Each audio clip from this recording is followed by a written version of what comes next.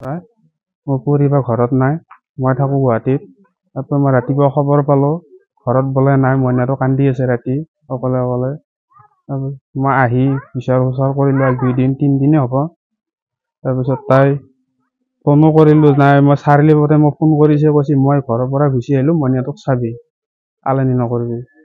তাৰপিছত মই বোলো ক'ত আছা, কি আছা কওঁ, কৈছে মই এনেকুৱা এটা জেগাত আছোঁ, বিচাৰিও নাপাওঁ।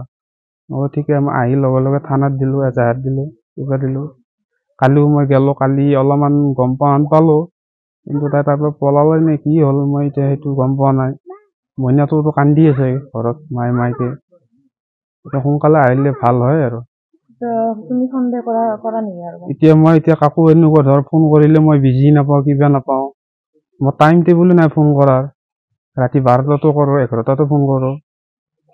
সন্দেহ কি হিচাপত সন্দেহ কৰিম? মোক বেলেগ একো কোৱা নাই। মই তাৰ আগৰ দিনা মোৰ লগত 11:30 কথাও পাতিছে। যোৱা ক'লে মই বিহত যাম, ছুটি আছে দেই। বা মই ক'লো কি বজাৰ লাগে মই নিম বুলি কবি, বাকীখিনি। তাৰপৰা একো ৰিপ্লাইও দিয়া নাই। বাচ্ছাটো 3.5 বছৰ হ'ব।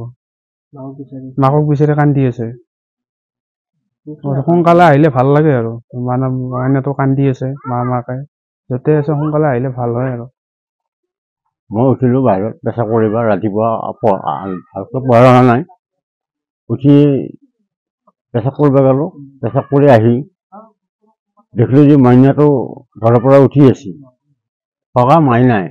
মায়ে হামুলি আছে, নাই মাই নাই। ঘৰত দৰ্জাখন খোলা, ঘৰত সোমাই চাওঁ ঘৰত মানুহ নাই। তাৰ পৰা বাটত দি গ'লোঁ, বাটৰ দৰ্জাখনো খোলা। তাৰপিছত মই এই ঘৰ মানুহ আকৌ এওঁলোকৰ মানুহ উঠাই নাই, এই ঘৰৰ মানুহ উঠাই নাই। এই মাইনাটো আমাৰ মাইনাটো লৈ থকা তেওঁলোক উঠছে, সিহঁতক সুধিলোঁ, সিহঁতেতো আমাৰ তাত অহা নাই। চিন্তা কৰোঁ এই ৰাতিপুৱা ক'ত গ'ল, সেইকাৰণে বিচাৰ এটা 2 টকা মানুহ চুপুৰি হ'ল, নাই আৰু। আজি 3 দিন হ'ল। তাৰপিছত এই ল'ৰাটো নাথাকে, আজিত থাকে। মই আৰু মোবাইল নাই, এনেকুৱা ফোন কৰি জনালোঁ, বোলো তই ফটাফট আহ, তেনেকুৱা। এতিয়া মইনাটোৱে মাইকে কান্দি থাকে, ককা মাই গুচি গ'ল। মই কান্দি তাৰ একো নাখায়, কিবা খবৰ দিলেও নাখাওঁ বুলি কয়। মোৰ চকুৰ পানী আহিছে, মোৰ চলি মই তাৰমানে মানুহটো কেনেকৈ আছোঁ মই ভগৱানে জানে আৰু। চলিটোক লৈ মই বেয়া লাগিছে, তাক লৈ মই বেয়া লগা নাই।